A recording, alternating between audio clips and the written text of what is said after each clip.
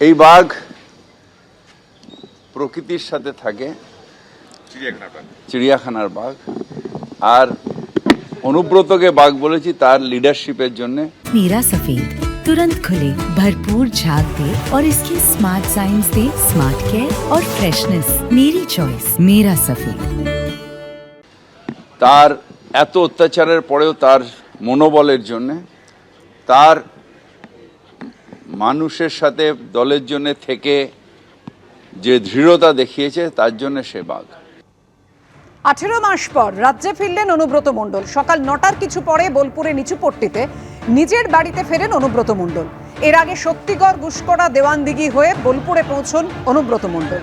রাস্তায় বেশ কয়েকবার দাঁড়াতে হয় তার কনভয়কে। ভোর 5:20 নাগাদ কলকাতা বিমানবন্দর থেকে বীরভূমের উদ্দেশ্যে রওনা দেন অনুব্রত মণ্ডল এবং তার মেয়ে সুকন্যা মণ্ডল। অনুব্রত মণ্ডলের বাড়িতে মোতায়েন বিশাল পুলিশ বাহিনী। বাড়ির বাইরে জড়ো হয়েছিলেন জেলা থেকে আসা বহু কর্মী সমর্থক।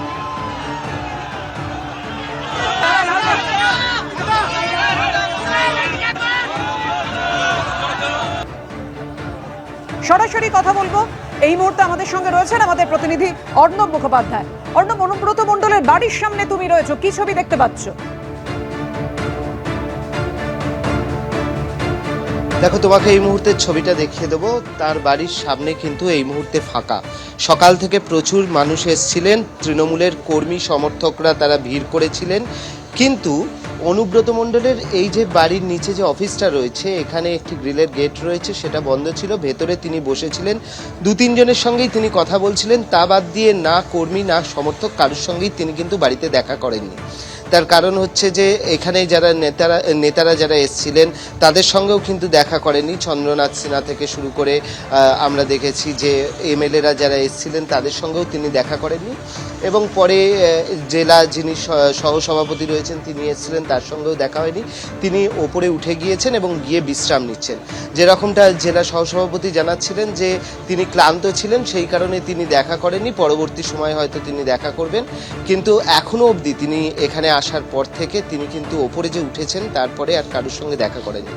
তো স্বাভাবিকভাবে বাড়ির সামনে ভিড় কম।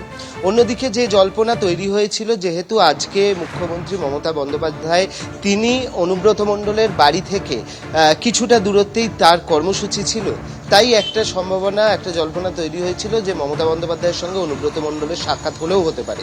কিন্তু সেই সম্ভাবনাও ইতিমধ্যেই শেষ হয়ে গিয়েছে, যেহেতু মমতা বন্দ্যোপাধ্যায় ইতিমধ্যেই রওনা দিয়ে দিয়েছেন এবং অনুব্রত মণ্ডলও রয়েছেন তার বাড়িতেই। স্বাভাবিকভাবে এই সম্ভাবনাও নেই। এখন এটা বিষয় যে কেন মমতা বন্দ্যোপাধ্যায় এখানে এলেন। মমতা বন্দ্যোপাধ্যায় এর আগেও অনুব্রত মণ্ডলের পাশে দাঁড়িয়েছেন, অথচ অনুব্রত মণ্ডল যখন তিনি জামিনে ছাড়া পেয়ে বাড়িতে এলেন তখন সেখানে কাছাকাছি থাকা সত্ত্বেও মমতা বন্দ্যোপাধ্যায়ের সঙ্গে তার কোনো সাক্ষাৎ হলো না কেন? তার সঙ্গে কি ফোনে কোনো যোগাযোগ হয়েছিল? এই প্রশ্নগুলো থাকছে। তবে রাজনৈতিক পর্যবেক্ষক মহলের একটা অংশের এরকম ধারণাও রয়েছে যে যেহেতু বারবারই তার এই যখন বেলের জন্য আবেদন করছিলেন তখন বারবারই বলা হচ্ছিল যে তিনি প্রভাবশালী, সেই প্রভাবশালী তকমাটা আবার ফের লেগে যাওয়ার একটা সম্ভাবনা ছিল। সেই কারণেই সিদ্ধান্ত হয়ে থাকতে পারে। তবে অনুব্রত মণ্ডলী এইটা পরিষ্কার করতে পারবেন, যেহেতু তিনি বিশ্রামে রয়েছেন। তাই এই জায়গায় এখন কিন্তু স্পষ্ট যে আজকে মমতা বন্দ্যোপাধ্যায় এই জেলাতে থাকা সত্ত্বেও তার সঙ্গে অনুব্রত মণ্ডলের সাক্ষাৎ হলো না।